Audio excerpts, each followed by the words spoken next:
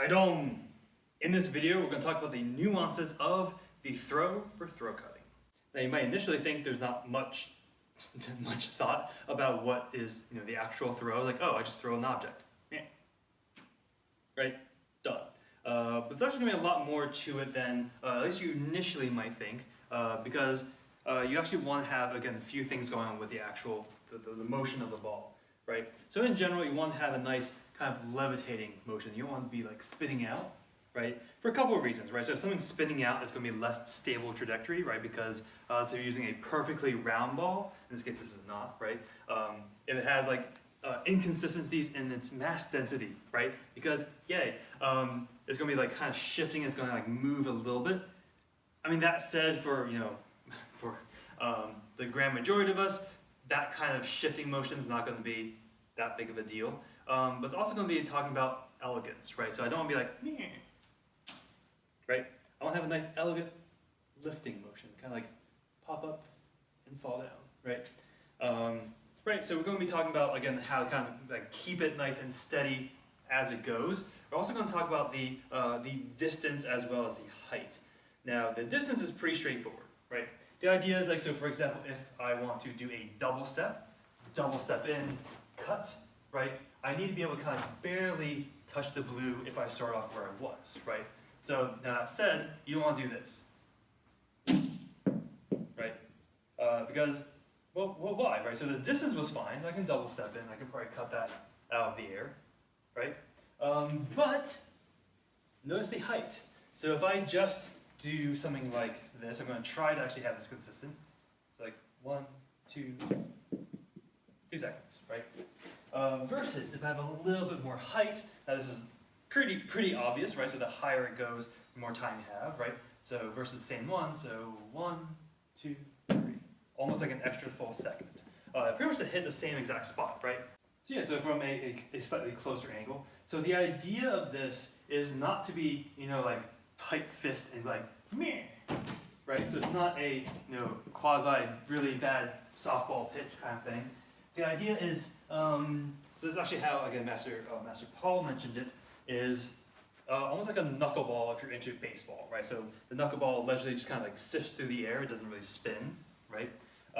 There's another way that I like to kind of throw this at it, right? Now the terminology is going to be a little bit weird just because they were based on very, very specific images I've seen.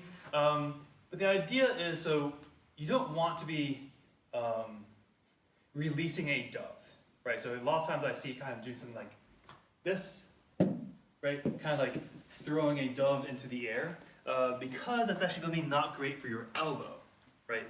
Now, it might be fairly consistent if you do it almost like an upset palm heel from Taekwondo or open hand. So you might have pretty consistent results if you do that, but it's going to probably damage your elbow. Now, obviously, if you are a a baseball or softball player and you're able to kind of like do that knuckleball, sure, go ahead and try all that. I'm going to show you again the two major things I've kind of seen people do, right? Because they try to have that non-spinning motion. So one of the first things I want you to think about is how you actually hold the ball, right? So it's not that much of a curl, right? The more you curl, the more it's going to spin out, right? So the more it's curled, the more it's spin. Now if you just have it completely open, it might roll off the top this way, so it might actually do a really bad spin going off that way. So have a nice like cut, right? So bun and throw, bun and throw, right? So the way I like to think about this is actually more like a trebuchet or catapult. Oh, catapult's this way, but trebuchet is going to be actually doing the same thing. But that's the general idea, right? So like the lower pendulum of a trebuchet, which is also a pendulum. I should just call it pendulum. I'm not going to call it a trebuchet because why not? So we're here, right? So you have a little bit of a cup, right? So again, not too much curl because then it will cause a spin. Not flat. Nice, just enough for it to be secure. Here. So notice I don't have that many moving parts, right? So this moves, right? But I'm not doing like this kind of thing. I'm not doing like the salt thing. I'm not throwing it this way. Everything is one fixed body, right? So this is all one object, more or less, right? And this is going to be the one pin that's kind of keeping it going. Now, why do I like this? Right? So first of all, it's going to cause you less internal damage as opposed to like in a lot of these twisty things, right? It's going to cause you internal damage. And this is going to be pretty much as easy on your body as you can make it, right? And also you can make it very consistent. Now, consistency is way more important than niceness, right? So if I'm always consistent, kind of goes back to the same backward motion every time, I can just throw, right? I know exactly what it's going to be, right? So again, consistency is going to be your friend. So again, I highly recommend this kind of catapult idea, right? Because that's going to be most consistent. It's also going to be more relaxing on you because you won't be like, yeah, and throw it. You can just like naturally come back, throw, grab, and cut, right? Now there are a couple other ways I've seen it done. That's really going to be more up to you. It's almost like you can almost like have your elbow against your rib. You kind of just here, almost like you're kind of like just using the slight whipping motion, kind of throw it up, right? Now this will give you a nice quick throw into the draw, right? So it's not as long and deliberate as a catapult throw, and it's as long as you're consistent, right? So again, everyone's going to throw their own different way, just because everyone has different bodies and they have different ways they like to move. So as long as you're consistent. I've also seen some people do almost like an upset palm heel, right? Here, kind of like here and push, right? Now that tends to do weird things to my elbow, but it works for them. Again, if they're used to doing it, because they do in fact do upset palm heels quite a lot, all the power to them. But I do recommend this nice catapult method. Makes sense? So the first thing that I would recommend, so if this is like your first time kind of learning how to do throw cutting, right? I would have a very specific target to aim at. So in this example, I'm going to have a cone. You can probably see that yellow cone, right? So that's about a double step and cut distance. So that's going to be my best distance if I start way back here. So the first thing I want you to do is just be very consistently hitting that cone, right? Now, obviously you can hit that cone that way, but I recommend having actually a few balls at your disposal if this is the only thing you're working on. So the first thing I recommend is just throw it and have it hit the target, right? So 1, 2, and 3. That was too much spin, also did not get enough distance, right? So you're learning, right? So 1, this is a 2, and this is a 3. That was too far, right? So now you're going to kind of dial it back in until you do, in fact, hit the target every single time.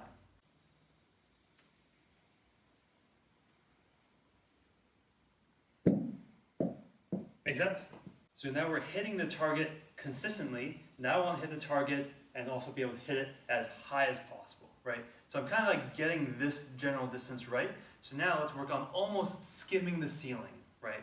Now obviously, day of the test, if you're in a gym, don't be like, ha, and throw it all the way up in the air and kind of like draw your sword, kind of wait for it to come down.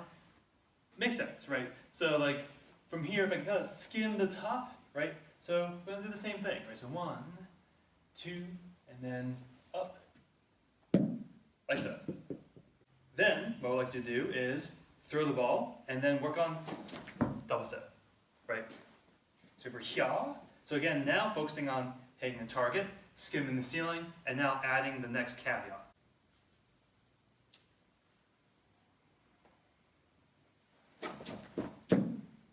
Make sense? Also, you can grab your sword for now. You don't have to draw yet, but you're kind of focusing on the throw, grab, double step.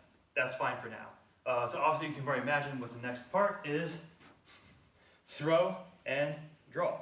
Now, because the first testing, right, is for a center cut, I'm just going to draw for that, right? So for here, again, it's now hitting a target, skimming the ceiling, grabbing the sword, just draw for a center cut, right? You don't necessarily have the cut just yet. Just have it that way, right?